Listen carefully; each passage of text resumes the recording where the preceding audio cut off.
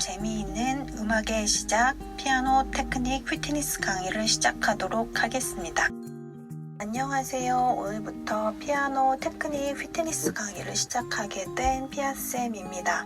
오늘의 학습 목표에 나와 있는 3가지를 이야기해 보도록 할게요. 피아노 테크닉 피트니스라고 하는 용어는 따로 있는 게 아니라 제가 공부하면서 만든 용어고요. 여기 이제 정의도 제가 이 강의에 덮고자 한번 적어 보았습니다. 정의를 보시면 나의 몸의 뼈와 근육의 움직임을 알고 라고 하는 표현이 있는데요. 우리가 연주할 때 이제 손가락과 신체를 사용을 하지요. 근데 약간 두루뭉실하게 정확한 명칭 없이 배운 부분들이 굉장히 많아요. 이렇게 팔에 힘을 빼세요. 내지는 너무 크게 연주하시면 안 돼요. 너무 세게 누르지 마세요. 피아노 때리지 마세요. 이제 약간 이런 용어들로 이제 테크닉 공부할 때 많이 듣게 돼요. 근데 댄스와 무용, 이제 건강을 위해서 하는 운동을 할 때는 어떤 근육을 어떻게 운동을 해서 키워나가는지에 대해서 구체적으로 배우는데 피아노가 그런 부분에서는 많이 없었어요. 그것은 피아노 발달과도 밀접한 연관이 있는데요. 네이버 검색하시면 조금 더 구체적으로 알 수 있고요. 이제 간략하게 설명을 하자면 피아노 재질이 맨 처음엔 나무로만 구성이 되어 있었는데 산업혁명 이후에 철과 아연 등이 생산이 되면서 현대 피아노 모습으로 갖춰지게 돼요. 그 과정에서 햄머도 굉장히 무거워지고요. 그로 인해서 이제 신체 부담이 가중되기 시작합니다. 대부분의 연주자들의 수명이 50세 정도밖에 안 되는 상황이 발생을 하게 돼요. 이렇게 팔이 안 올라간다든지 나이 30살 때 50견이 온다든지 해서 팔을 쓸 수가 없기 때문에 결과적으로는 이제 연주 활동을 못하는 사태가 이제 발생을 하는 거죠. 근데 우리가 이제 호르비스트와 같은 연주자분들을 보면 굉장히 50세 이후에도 원활한 활동을 하고 계시잖아요. 이제 그 차이가 어릴 때부터 올바른 근육의 움직임에 대한 테크닉으로 교육을 받았기 때문에 연주하실 수 있었던 거예요. 저는 2005년도부터 바디매핑이라고 하는 책을 통해서 배우게 되었는데요. 아쉽지만 이 책에는 근육의 이름이 구체적으로 나와 있지 않아서 의학 서적하고 운동 관련 서적들을 읽으면서 이제 이론을 따로 조금 보충 정리를 했고요. 신체 움직임에 대한 것은 70세 할머니 교수님이 계셨었는데 이제 할머니 교수님께서 의학적인 용어로 내가 설명을 해줄 수는 없지만 근육이 어떻게 움직이는지는 안다고 하시면서 이제 제 몸에 이렇게 찝어주셨어요. 손가락이 움직일 때 근육이 어떻게 움직인다라고 하는 거. 그래서 이제 신체적인 측면은 그렇게 해서 체득하게 되었고요. 또 그분께 한영을 다시 배웠어요. 그래서 그 부분도 이제 강의를 통해서 이제 하나하나 올릴 계획이고요. 그 다음에 여기 나와 있는 건 제가 가지고 있는 책들이에요. 제가 이렇게 이론적인 부분 앞에 이렇게 설명해서 드리는 이유 중에 하나가 굉장히 중요한데 10년이 지난 상황인데도 불구하고 레슨하러 오시는 분들이 항상 너무 생소하다고 이렇게 말씀하시는 부분들이 있어서 다시 한번 이렇게 말씀을 드린다는 점을 기억해 주셨으면 합니다. 여기 부상 방지라고 되어 있는데요. 피아노를 연습하는 과정에서 통증이 발생하는 거를 이제 종종 경험하신 분들이 계실 거예요. 이제 전공생은 연습을 장시간 하다 보니까 이제 습관이 잘못돼갖고 목 근육이 1차적으로 뭉치는데 이것을 좀 방치하면 이제 머리 두통으로 올라올 수가 있어요. 그리고 이제 제가 들은 이야기로는 이제 30살에 박사학위를 위해서 곡을 준비하는데 이 50견이 갑자기 온 거예요. 그래서 팔이 올라가지 않아서 잠시 휴학하고 한국에 들어와서 물리치료 받고 원했던 곡으로 하는 것이 아니라 조금 쉬운 곡으로 해서 박사학위를 마무리했다는 이제 사례의 경우도 이제 들었었고요. 이처럼 이제 기악을 하시는 분들이 피아노뿐만이 아니라 악기를 연주하시는 모든 분들이 이렇게 부상이 좀 종종 있어요. 어떤 분들은 근육이 파열되기도 하고요. 힘줄이 끊어지기도 하고요. 인대가 늘어나는 경우도 있는데 이제 우리나라 같은 경우에는 알렉산더 테크닉이라고 하는 연구소가 있어요. 그래서 알렉산더 테크닉이라고 하는 곳은 모든 기악을 연주하시는 분들 장르 구분 없이 드럼, 기타, 바이올린, 첼로 하시는 분들 그 부상을 연구하는 곳이에요. 그래서 관심 있으신 분들은 네이버에 한번 검색해 보시면 되고요.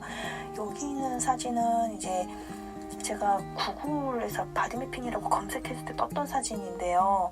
이제 외국에서는 이렇게 연구를 하고 있다는 것을 아이들에게 좀 보여주려고 다운로드를 했다가 강의 준비하는 과정 속에 좀 도움이 될 수 있을 것 같아서 이제 쓰려고 다시 검색했더니 이제 안 뜨더라고요. 그래서 이미지 출처를 이제 구글이라고만 해놨는데 제가 블로그를 확인하는 대로 다시 한번 여기다 출처를 남기도록 할게요.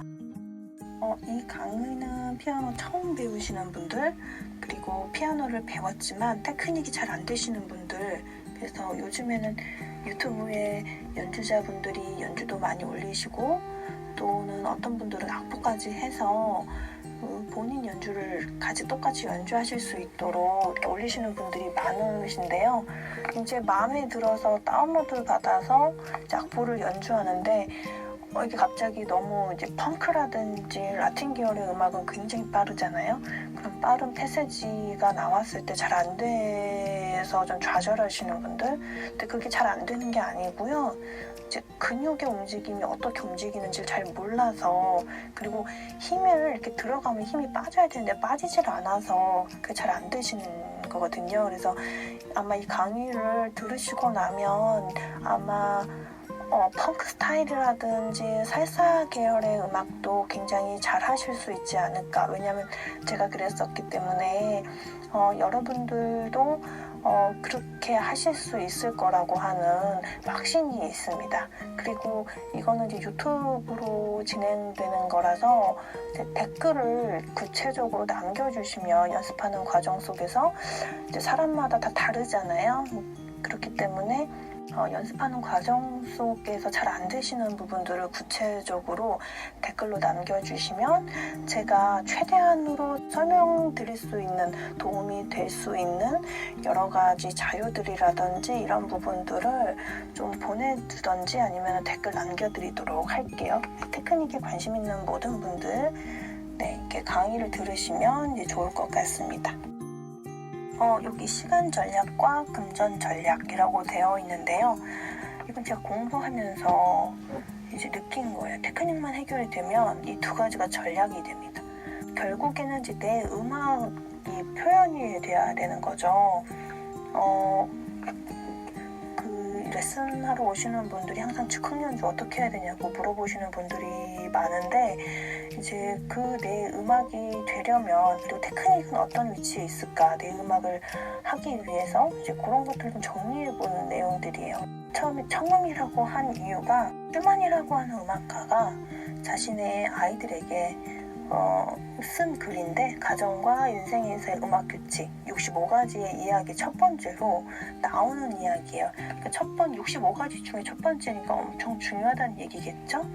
그래서 청음으로 이렇게 들으려면 어떤 것들이 들려야 되냐면, 멜로디 들리셔야 되고, 음정, 3음, 7음, 텐션 5가지 적어놨지만 장르도 구분하실 수 있어야 되고, 박자도 구분하셔야 되고, 음표 구분이 되어야 돼요. 몇 분 음표로 진행을 하고 있는지, 그 곡이 쓰인 악기들도 이제 구분해서 들으실 수 있으면 돼요. 그래서 요거를 바로바로 이렇게 막 들으실 필요는 없어요. 그냥 내가 한마디라도 음악을 듣고 요거를 그리실 수 있으면 되는데, 이제 좀 좋은 도구들이 있죠. 피날레하고 시벨리우스가 있고, 앱으로는 녹턴이라고 하는 프로그램이 있어요. 세 가지의 그 프로그램으로 한번 기보를 해보시면 내가 원곡하고 다르게 가는 것들을 좀 볼 수 있거든요. 눈으로 확인할 수 있기 때문에 이거를 활용하셔서 한번 멜로디부터 한번 도전을 해보시면 좋을 것 같고요. 화성학 이론이 있는데 굉장히 중요합니다. 실용 화성학이 있고 이제 클래식 화성학이 있어요. 두 가지 다 하셔도 되고, 꼭 반드시 화성학 하셔야 됩니다. 화성학을 안 하게 되면 내 음악은 절대 만들 수가 없어요. 그래서 화성학을 하시면서 이제 장르가 있죠. 이제 클래식, 팝, 재즈 이렇게 세 가지 크게 해놨는데 원래 클래식에도 종류가 다양하고 팝에도 종류가 다양하고 재즈도 종류가 다양하죠. 그래서 큰 카테고리로만 해놨지만 곡 하나를 정하셨을 때 OST 곡을 하고 싶다 했을 때에도 이 OST가 어떤 코드 진행으로 가고 있는지를 눈으로 확인할 수가 있어야 되겠죠? 확인을 해야 코드 진행이란 자체가 문법이기 때문에 우리가 문법을 모르면 글을 쓸 수가 없잖아요. 그러니까 내가 생각하고 있는 감정이라든가 이런 부분들을 글을 쓸 수가 없어요. 작곡이라고 하는 것은 내가 갖고 있는 음악을 이렇게 표현을 해줄 수 있는 거잖아요. 그러니까 코드를 알아야 이제 그 음악들을 표현할 수가 있는 거죠. 코드 진행들 그런 부분들을 좀 분석하면서 작곡자가 이런 문장들을 좋아했구나 이렇게 안다면 이 곡에 대한 이해와 함께 연주가 더 재밌어지기도 하고요. 그것들이 점차 내 안에 쌓이면서 이제 내 음악으로 표현할 수 있는 영역들이 많아집니다. 그리고 이것들을 이제 다 배우고 나면은 이제 내 음악 그리고 내 음악을 다시 한번 테크닉을 통해서 이제 표현을 할 수가 있는 거죠. 그래서 여러분들이 테크닉을 하시다 보면 다른 것들을 또 배우려면 이제 시간이 좀 더 많이 걸릴 수도 있긴 하겠지만 그래도 테크닉이 해결이 되면 다른 거는 머리로 하는 부분들이 많기 때문에 굉장히 음악이 더 재미있어집니다. 그리고 이제 교재 연습 방법이라고 되어 있는데 체르니가 원래 한 850권 정도 되더라고요. 그 체르니 분이 베토벤의 제자잖아요. 그래서 스승 베토벤처럼 연주 활동에 전념한 것이 아니라 아이들을 가르치는 것에 전념을 했다고 하시더라고요. 물론 작곡된 곡들도 있는데 대부분은 아이들 가르치면서 이렇게 사셨다고. 그래서 나중에 돌아가셨을 때 그 집에 5,000개가 넘는 곡들이 있는 걸 보고 이제 그걸 다 정리를 해서 이제 권으로 나눈 것이 한 850권 정도가 있는데 우리나라에는 이제 체르니 130, 40, 50 이렇게 되어 있죠. 근데 체르니 책들 이렇게 가만히 보면 작은 손들을 위한 체르니 책도 있고요.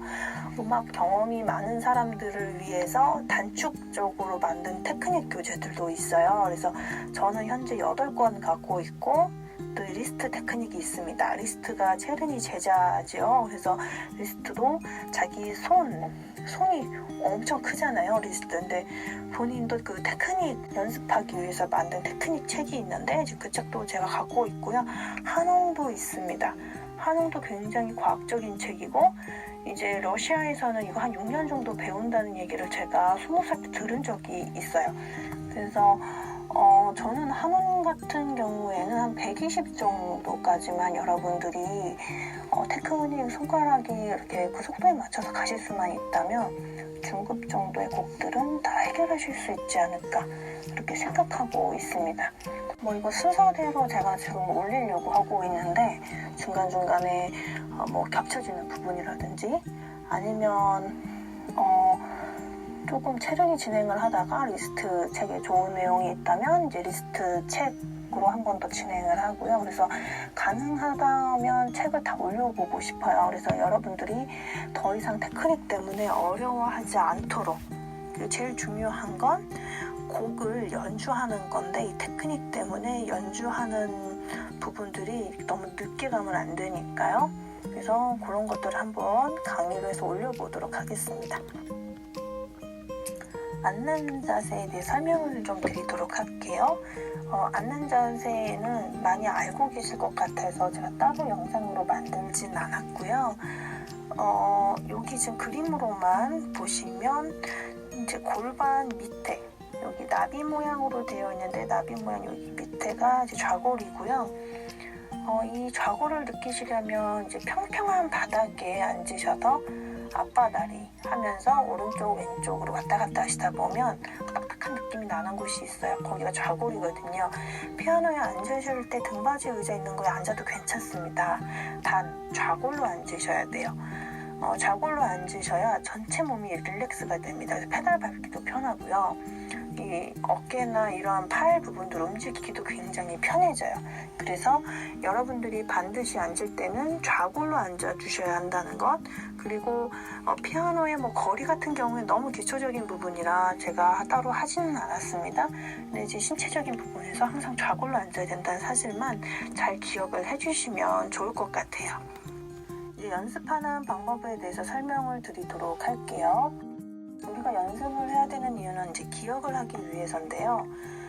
우리 뇌에 이제 평생 기억을 저장하는 곳이 있죠. 해마라는 기관이 있는데, 이 해마는 이제 충격과 반복을 통해서만 기억이 되죠. 그래서 우리가 일반적인 공부할 때도 해마를 되게 강조하면서 아이들이 공부할 수 있도록 독려를 많이 하는데 피아노도 마찬가지예요. 그래서 해마에다가 기억을 최대한 할 수 있도록 계속적으로 집중해서 생각하면서 연습을 해주셔야 됩니다. 저는 이제 이 연습을 할 때 이렇게 색취를 하잖아요. 뭐 한 번, 두 번, 세 번, 네 번. 근데 그렇게 안 하고요. 저는 2번하고 3번을 되게 중요시하기 때문에 아이들에게 일지를 따로 만들어줬어요. 이 일지를 따로 만들어준 이유는 음악 춘추사에서 나온 피터 코라지오 교수님의 완벽한 연습이란 책이 있어요. 클래식을 어떻게 하면, 이 클래식 곡을 어떻게 하면 완벽하게 기억할 수 있을까. 근데 지금 이게 책이 절판이 됐어요. 그래서 궁금하시거나 관심 있으신 분들 도서관 한번 검색해 보시면 그 책이 있을 수 있어요. 만화책이니까 가셔서 한번 읽어보시면 도움이 되실 거예요. 근데 이제 저는 거기에서 두 가지가 가장 중요하기 때문에 이제 목표를 구체적으로 정하고 이제 내가 할 수 있는 연습량을 체크하는 거예요. 구체적인 목표라고 하는 건 30분 연습해야지 이게 아니고요. 40분 연습해야지 이게 아니고요. 게으름을 정확하게 7번, 시행착오는 3번 허용하고 3번 이상 넘어가면 처음부터 다시 한다. 이렇게 구체적으로 적는 거죠. 그 시행착오를 계속 함으로 인하여서 이제 점점점 정확하게 되는 거죠. 완벽하게 되는 게 아니고 점점점 그 음악과 동일하게 정확하게 가는 거죠. 그래서 정확하게 가는 것을 목표로 해서, 근데 여기서 이제 게이름 정확하게라고 되어 있지만 조금 더 익숙해지면 게이름과 코드를 정확하게, 또는 뭐 게이름이 이제 같이 했는데 양손이 잘 안 된다 그러면 오른손만 뭐 정확하게, 왼손만 정확하게 이렇게 하셔도 괜찮고요. 그래서 분할해 가는 거죠. 내가 어떻게 공부를 해야 이제 곡을 잘 이해할 수 있을까, 이렇게 되는 거니까요. 그래서 그렇게 해서 계속적으로 이게 묶어져 가기 때문에 7번을 하실 수가 없어요. 굉장히 힘들어요. 그렇기 때문에 시간을 정하기보다는 횟수를 정하고 구체적인 목표를 정해서 이제 나의 한계를 한번 체크를 한번 해보시면 좋을 것 같아요. 이 한계가 다 달라요. 그러니까 다른 사람들보다 나는 왜 저만큼 못하지? 이렇게가 하는 게 아니라 나는 내 한계가 여기까지구나. 그러니까 여기서부터 나는 한 번 더 해서 이 한계를 점차적으로 늘려가 보자. 이렇게 목표를 잡아주시면 좋을 것 같아요. 솔직히 피아노 굉장히 힘듭니다. 피아노라는 악기가 원래 예체능 자체가 굉장히 어렵죠. 지금 너무 즐기는 쪽으로 가서 그냥 뭐 한 번만 반짝복 하면 이렇게 굉장히 잘 될 것처럼 다들 생각을 하는데 절대 그렇지 않고요. 솔직히 즐거움보다는 기쁨 쪽이 가깝죠. 그러니까 내가 내 한계를 극복했을 때 오는 기쁨이 있어요. 진짜 재미있거든요. 그래서 여러분도 이 테크닉 하시면서 그런 기쁨을 느껴보셨으면 좋겠어요. 음악이 이렇게 모든 예체능이 정신적인 측면과 신체적인 측면을 동시에 같이 써요. 그래서 에너지가 2배가 들기 때문에 여기서 오는 스트레스 해소법 같은 경우도 제가 차후에 적어드리도록 할게요. 오늘은 강의가 너무 이제 설명과 이론 중심으로 진행이 되었는데요. 다음 시간부터는 이제 본격적으로 5개의 손가락 근육에 대해서 공부를 하고요. 한온을 통해서 실질적인 연습 방법에 대해서 설명을 드리도록 할게요. 끝까지 시청해 주셔서 감사합니다. 도움이 되셨다면 구독, 좋아요, 알람 설정 부탁드립니다.